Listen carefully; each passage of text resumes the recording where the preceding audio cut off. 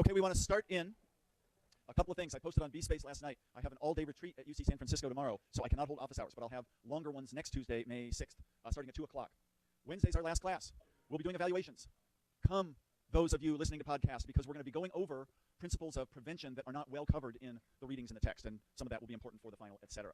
Remember, the final is essentially midterm 3, non-cumulative, exactly the same form as midterms 1 and 2. And then the last part of the final is an integrative choice of essays about broad concepts from the first 2 parts of the class and the third.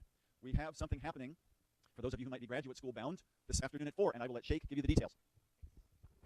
So just a reminder, we posted a BSpace announcement as well, but we're going to be doing a panel on getting to graduate school more focused on psychology, and your GSIs, myself and Megan and Davin, are going to be there. We also have a more advanced student who's going to be starting an internship next year, also in clinical psychology. She'll be there, and it's going to be from 4 to 6 today in 101 Morgan, and the department's also doing one tomorrow from 4 to 6, and I think that's in the Warner Brown room, which is the 3rd floor in Tolman. So you've got 2 opportunities this week to ask students in graduate programs about grad school and the application process. So bring your questions today, 101 Morgan, tomorrow 4 to 6 in the Warner Brown room. So it's today 4 to 6 over in Morgan Hall, and tomorrow 4 to 6 right on the 3rd floor of Tolman near the main office, Warner Brown room, which I think is room 3103 or something like that. So we finished last time just barely getting to treatments for autism spectrum disorders. This is a difficult and sad topic because of the desperation of so many families. What do we do? My kid's a hidden genius inside. Obviously, most people with autism have intellectual disabilities. Over the decades, there's been promises of cures that would be laughable if they weren't so tragic because they get families hooked into them. And you can sort of, like the rings of a tree, mark over the decades what incredibly naive and idealistic and totally non-evidence-based treatment was promoted. About 2 decades ago, secretin, the pig hormone, was going to be the cure for autism. How many families tried this? Megavitamin therapy, sensory integration therapy. There may be something to sensory integration deficits, but it's not the underlying linchpin of autism spectrum disorders. What about medications? I mentioned this at the very end of last time. Well, with DSM-5, there's no longer the exclusion that if you've got an autism spectrum disorder, you can't have ADHD. The comorbidity is now allowed because many kids with milder forms of autism spectrum disorders don't pay very good attention. Things like behavioral therapy and medications might help those kids focus better in school. But there's no medication that treats the social theory of mind-related deficit, if you will, that's the undercurrent or the underpinning of autism spectrum disorders. Some kids with autism spectrum disorders that are very severe, engaging in self-stimulatory, self-mutilating behaviors, might need heavier-duty second-generation antipsychotic medications that cut down on aggression, self-mutilation. But again, these are not primary treatments for autism. We don't have a primary medication treatment for autism. What is the primary treatment? Early identification. The earlier, the better. And then, in-home, 20-hour a week, it doesn't have to be 40 or 50, but 20 hours a week has been found to be kind of a minimum threshold of people like you getting or just having their BAs supervised by doctoral-level professionals doing language stimulation and behavior modification style treatments to get the kids' attention, to try to shape social behaviors, to try to build language skills. It's slugging it out. It's not the old school Lovaas back in the 60s and 70s at UCLA, M&Ms, and then slapping kids for failing to pay attention, if you've ever seen those old films. But it's very home-based, and then school-based too, in preschools, shaping of behavior. There's other intensive treatments, 4-time, other kinds of intensive early interventions. One of them takes the kid back through the early attachment phases. That's not evidence-based. What happens if you do this? If you can get a kid developing autism spectrum symptoms at age 2, 3, or 4, or 5, and give this at least 20 hours a week in-home treatment with generalization to schools, there's a fighting chance that the kid's language and to some extent social skills will get close enough to the normal range that the kid will participate mainly in regular education and will have much better outcomes than if the kid did not get such early intervention. It doesn't cure autism, but it starts to retrain the brain from an early age and get the kid the skill base to have a fighting chance. How do kids with autism spectrum disorders who've had this intervention look later on? Are they as naturally socially connected? No, there still may be some gap. Right? Kids with autism may still be calculating what to do socially. There may be some behavioral differences and oddities that make these kids look different to other kids and get socially rejected. But the early behavioral intervention is clearly the treatment of choice. Questions about this? We're going through it obviously really fast, and this isn't a course that's emphasizing treatment. Questions about intervention for autism? Speak up as I change slides. Anybody?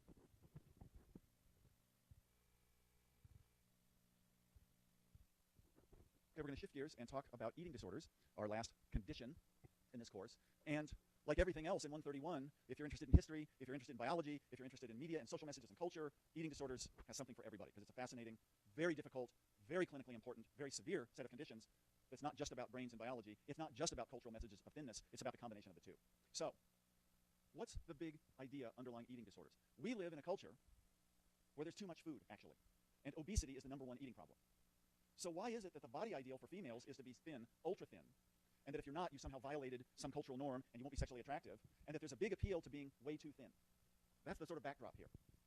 We can't separate eating disorders from what the amount of food we have in the culture and what body ideals are. And so what are body ideals for women? Pick up People magazine. Look at the commercials on mainstream TV, much less cable.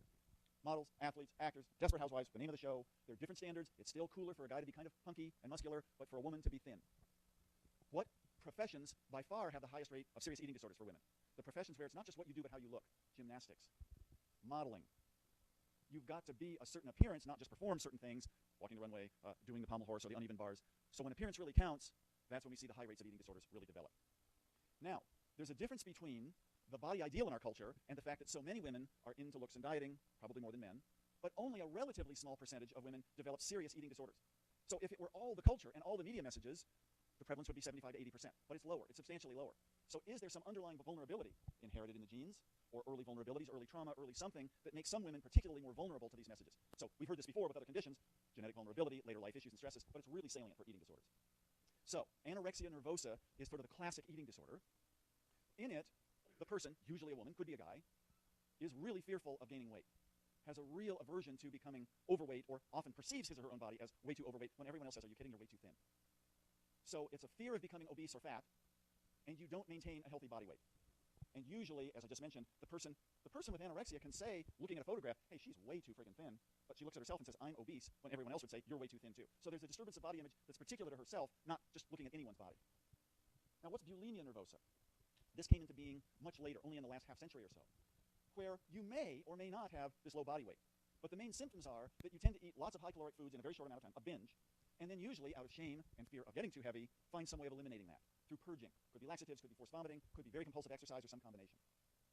Anorexia nervosa, we'll talk more about it in a minute. Bulimia nervosa, we'll talk more about it. The newest condition is in DSM-5 called binge eating disorder, where without any requirement of being too low in weight, the person, again, usually a gal or a woman, shows the binges, this binging behavior that's similar to bulimia, but may not engage in the purging. So it's a period of binging and then shame and then maybe trying to not eat for a while, and then it's a repetitive cycle. Binge eating disorder, just to steal the thunder a slide or two from now, is the one that over the last 15 years has been going up dramatically. Rates of anorexia nervosa and bulimia nervosa have been relatively constant. It may be that to really have that low body weight, there has to be some biological vulnerability. But binge eating has been going up, and I talk about it a lot in the triple bind for that reason. Question here. Yeah, so what about compulsive exercise? This is where it's hard to classify. I may be a person really concerned with my body weight, and I exercise a lot. It's good to exercise, right? But I'm doing hours a day, I'm looking in the mirror. Maybe that's heading off, getting too big, so that might be kind of a restrictor. But now, on the other hand, I haven't exercised, I binge, and now I'm going to exercise like crazy to keep the weight off. So that's kind of like a purge almost. It could be in either category, so it's hard to classify. So let's look for a minute at anorexia. What does the term anorexia mean in Greek? Anorexia means you lose your appetite. What's one of the side effects of taking a stimulant for ADHD or taking a stimulant to abuse it? Anorexia, you lose your appetite. In anorexia nervosa, you don't usually have the symptom of anorexia. You don't lose your appetite, you're starving, but you're denying yourself. When do you get the symptom of anorexia in anorexia nervosa? Only very late, only when your body weight is so low that your metabolic systems are shutting down. So in fact, anorexia nervosa is a misnomer. It's not loss of appetite for nervous or mental reasons. It's a denial of the fact that you've got a distorted body image, and despite your hunger, you're doing what you can to not gain that weight. What happens with both anorexia and bulimia nervosa? You're preoccupied. It's hard to maintain good social relationships when your body weight is your number one focus. Your family's going crazy because often anorexia starts when you're an early teen. Bulimia may start a few years later on average. And your family's saying, what are you doing? And your friends are saying, what are you doing? There's also physical consequences. The death rate from eating disorders is probably second only to bipolar disorder in terms of mortality. We talked about the unbelievable suicide risk for people with bipolar disorder. You get into a mixed state, that energy of mania, the depressed mood. The physical consequences of long-term metabolic disruption and even death are very high in serious eating disorders. So you might die from electrolyte imbalance or starvation, but you might lose most of the enamel off your teeth or have serious metabolic electrolyte disturbances from the vomiting you do, etc. So there's physical as well as social consequences. Question back here. So we were going to get to this. Let's talk about it now. Doesn't this sound a little bit like OCD? Remember, you've got this obsession. You've got this issue, this press that seems irrational to you, but you can't really help it. And how do you get rid of it? You do a compensatory compulsion. So maybe, at least in some eating disorders, the obsession is, I'm too friggin' fat. And the compulsion is, either through restricting or through purging, I'm going to make sure I get rid of that fear of being fat, and I'm going to make sure damn well I don't have that many calories in me. So there is an obsessive-compulsive cycle to it, but why in eating disorders is it focused solely on body image and food? So, and there's some people with eating disorders who don't show this exact obsessive-compulsive cycle. But one of the theories underlying eating disorders is it's a form of an obsessive-compulsive condition, so it's a good point. So I just mentioned this. On average, anorexia nervosa rears its head in the early teen years, or even now preteen years, because puberty is happening ever earlier for both boys and girls, but especially girls. Bulimia, on average, is occurring some years later, mid to late adolescence. Bulimia can strike in the 20s or 30s or 40s as well. It doesn't have to be early onset. What are the outcomes? I mean, we're going to talk about treatment at the very end. Can you cure an eating disorder? Do you ever get over it? There are certainly cases of recovery. People who were literally starving themselves or disrupting their lives with these binge purge cycles through treatment and hard work are leading much more functional lives. But most women who talk about it will say, I'm never totally over some level of worry about my body size and image. So often like people with recurrent depressions. Are you cured, or are you always at risk more than the rest of the population for having another depression? And is there a vulnerability? Hard to know. It depends on how you define this, but there's certainly both optimism that there can be recovery, but that issues of control and body weight and looks often don't go away even when treatment is successful. So here's the statistics. Is anorexia and bulimia really more prevalent in girls and women than in boys and men? Yes. 3 to 1 in some estimates. Most estimates are closer to 9 or 10 to 1. When males develop these kinds of eating disorders, who are the guys? Gymnasts, athletes in the same kinds of professions. There's a higher risk for gay rather than straight guys, partly because of the press for looks and how attractive you are and how young you look in gay rather than straight culture. What did we used to think? This is a condition, especially anorexia, of upper middle class white girls, because they were the ones who showed up at the clinics. Remember Dr. Connor and autism? The only kids who showed up in Baltimore were the children of these super rich parents who were very socially atypical. Referral bias. Girls who are of African American ethnicity are at lower risk for anorexia than white girls, partly because the culture doesn't value thinness as much. So ethnicity may be a moderator or protector to some extent. However, eating disorders, anorexia and bulimia, can occur in Hispanic and Asian and black and name your ethnic group, and can occur in poor, middle, or upper class. So the more we look epidemiologically, and the more we get away from referral bias, not just looking at who shows up at clinics, but who's out there in the real world, eating disorders are fairly equal risk. But again, girls and women much more vulnerable. Where do we find ethnic differences and cultural differences? Eating disorders, as I mentioned 10 or 12 minutes ago, tend to appear in cultures where there's an abundance of food and where the body ideal is thinness. What if you're in a starvation culture? The body ideal is to be robust, Rubenesque, curvaceous, and eating disorders take on a different form. What is it about this pervasive cultural message, and what is it about something about your brain function, or something about your need for control, or asserting independence from your family when you're a preteen? What's the interaction between the two that creates serious eating disorders? And that's the holy grail for researchers and clinicians to find out. How common are these conditions? If you're talking about symptoms, and I put in quotes, medical model, if you ask women in confidential surveys if they weigh too much or just right or not enough, starting in 3rd grade, most girls, and then going up the age spectrum, feel that they weigh too much. The National 3rd Grade Survey done in about 2007 revealed that on the day of the survey, over 50% of 3rd grade girls thought they weighed too much and 35% were dieting that day. But what about the syndromes? Not just the fear of being too fat and not worried about your weight. Actual anorexia nervosa, where you've lost at least 15% of your body weight and you're restricting like mad, that's about 1%. So it's relatively rare. Bulimia might be a little bit higher, 1 to 2%. Binge eating disorder, and this is why it made it in the DSM-5, is 3 to 4 times more frequent than both. So there's a larger prevalence of girls and women who are binging, but who are not necessarily maintaining that very low body weight. So there's something about regulation and appearance, but without the body weight restriction. And what's been rising also over the last 20 years in American culture? Obesity. And it may be that binging in some ways is a compensatory behavior for the general weight rise we've been having. So, if you're really interested in families, and not just in authoritative versus authoritarian versus permissive discipline, but you're interested in what's called family systems theory. This is the conception we talked briefly about weeks ago, where it's not just the strategies of parenting that a mom or dad does, but it's the boundaries, it's the structure of the family. Are the boundaries really kind of rigid? Are the boundaries loose? Is the family disengaged the way you often find in families of delinquent kids? Is the family so close, called enmeshed, that there's really not many generational boundaries? There's a lot of ink about this with respect to eating disorders, especially anorexia nervosa. So the theory is that if a family is too close, what's happening when you become ready for adolescence? You've got to assert independence. Your body's changing. The problem in our culture today is it takes you about 20 years from the age of 10 to 30 to get really independent, so it's a long friggin' time to wait. But the press, biologically and psychologically, is getting independent. And my parents are in my face. They don't let me keep a diary. They want to know everything that's happening with me all the time. And so the young girl, the theory goes, is going to assert her independence by denying that she's going through puberty and not growing up, not letting parents control her weight. So the idea is that enmeshed family constellations, very permeable boundaries, everybody knows everything about everybody, a lot of closeness, but it's over-closeness, is associated with the development of eating disorders. But what's the problem with doing a cross-sectional study, looking at clinics, videotaping families of girls with eating disorders and saying, aha, there's more enmeshment? Which came first?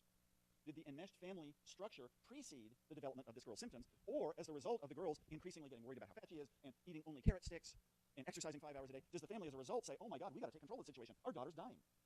So only in a longitudinal study, where you look at the family structure before any symptoms develop, and then over time, which came first, that old chicken and egg thing we try to solve in longitudinal studies, and there's very few good studies that really go that long term. So it still remains a question as to whether enmeshment precedes and predicts. Is it a risk factor for eating disorders like anorexia, or is it a consequence of them, or sometimes both? What are the psychological, not just family-related risk factors? Control, independence. I'm my own person. Nobody's going to tell me what to do. I'll go to those pro-Anna websites, and I'll look how I friggin' well want to. Nobody's going to tell me. And, of course, control and independence are big factors in adolescence. But why, again, are some kids, girls in particular, so likely to start to really deny how they look and do untoward means of losing weight in order to meet that body ideal? So here's a really hard question. If you have severe